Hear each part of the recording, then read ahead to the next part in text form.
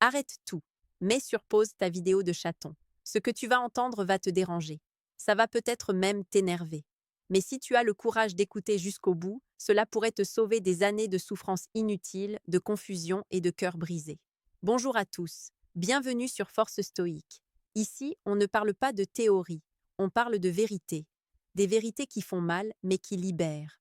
Aujourd'hui, on plonge dans l'esprit du stratège ultime, Niccolò Machiavel, pour décrypter 7 vérités sales sur la nature féminine.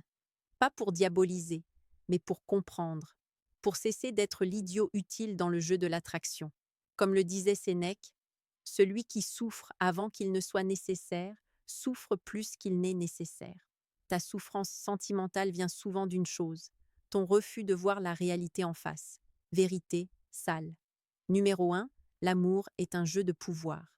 Machiavel l'aurait parfaitement compris. La romance, la séduction, c'est un terrain de négociation constante, consciente ou non. Celui qui a le moins d'attachement détient le plus de pouvoir. Tu l'as vu, quand tu deviens trop disponible, trop prévisible, trop gentil, sans cadre, son intérêt décline. Ce n'est pas de la méchanceté, c'est de la psychologie humaine. La tension, le challenge, l'incertitude modérée sont les carburants du désir. Abandonner ton pouvoir personnel par amour, c'est la garantie de l'avoir, un jour, chercher ce défi ailleurs. Vérité, sale. Numéro 2, ses émotions sont sa réalité. Tu peux avoir raison. Tes arguments peuvent être logiques. Parfait. Mais si elle ressent que tu as tort, que tu es un danger pour son bien-être émotionnel, tu as tort. Point. Sa perception est sa boussole. N'essaie pas de raisonner une émotion avec de la logique. Écoute le sentiment derrière les mots. Comprends sa peur, son insécurité, son besoin de sécurité. Agis sur l'émotion, pas sur le contenu. Un câlin au bon moment vaut mieux qu'un discours de 30 minutes. Vérité, salle numéro 3, elle teste toujours ta force. Ses petites provocations, ses remarques sur une autre femme, ses demandes déraisonnables au dernier moment. Ce ne sont pas des erreurs, ce sont des tests de pression. Elle cherche à voir si tes limites sont solides, si, sous la pression, tu plies ou tu tiens bon. Machiavel savait qu'un prince doit montrer sa fermeté. Un homme qui cède à tous ses caprices par peur de la perdre lui montre qu'il est faible. Et la faiblesse est le plus grand des répulsifs. Tenir bon, calmement, poliment, mais fermement, c'est lui prouver ton intégrité. C'est rassurant. Vérité. Salle numéro 4, son attraction suit la loi du contraste. Elle ne te désire pas pour ce que tu fais pour elle, mais pour ce que tu es sans elle. Ton monde, ta mission, ta passion qui la dépasse. Si ta vie tourne uniquement autour d'elle, tu deviens un satellite. Prévisible, ennuyeux. Pourquoi elle serait excitée par quelqu'un dont elle est le centre de l'univers? Elle veut s'intégrer à une aventure, pas être le but ultime d'un homme qui n'a nulle part où aller. Ton ambition, ta discipline, ton cercle d'amis, ton dévouement à une cause. Voilà ce qui crée le contraste entre le nous et le toi puissant. C'est ce contraste qui entretient l'étincelle. Vérité. Salle numéro 5. La loyauté est une conséquence, pas un engagement par défaut. Croire qu'elle te sera fidèle simplement parce que tu es gentil ou correct est une naïveté tragique. La loyauté est le fruit d'un mélange complexe, de respect pour ta force, d'affection pour ta bonté et de peur saine de te perdre. Si elle n'a aucun respect, car tu es faible, si elle tient ton affection pour acquise, et si elle n'a aucune crainte de te perdre, car tu es toujours là, alors la loyauté n'a plus de pilier. Cela ne veut pas dire la menacer, mais maintenir ta valeur si haute que la possibilité de te perdre soit pour elle une perspective intolérable. Vérité, salle numéro 6. Elle veut un homme, pas un projet.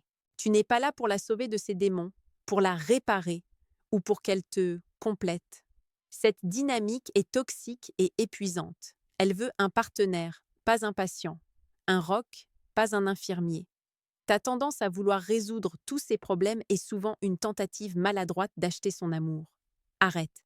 Sois présent, sois empathique, mais ne prends pas la responsabilité de son bonheur. C'est le sien. Ta responsabilité, c'est de construire une vie si formidable qu'elle ait envie d'y participer. Vérité. Salle numéro 7. La fin justifie les moyens. Attention, nuance cruciale.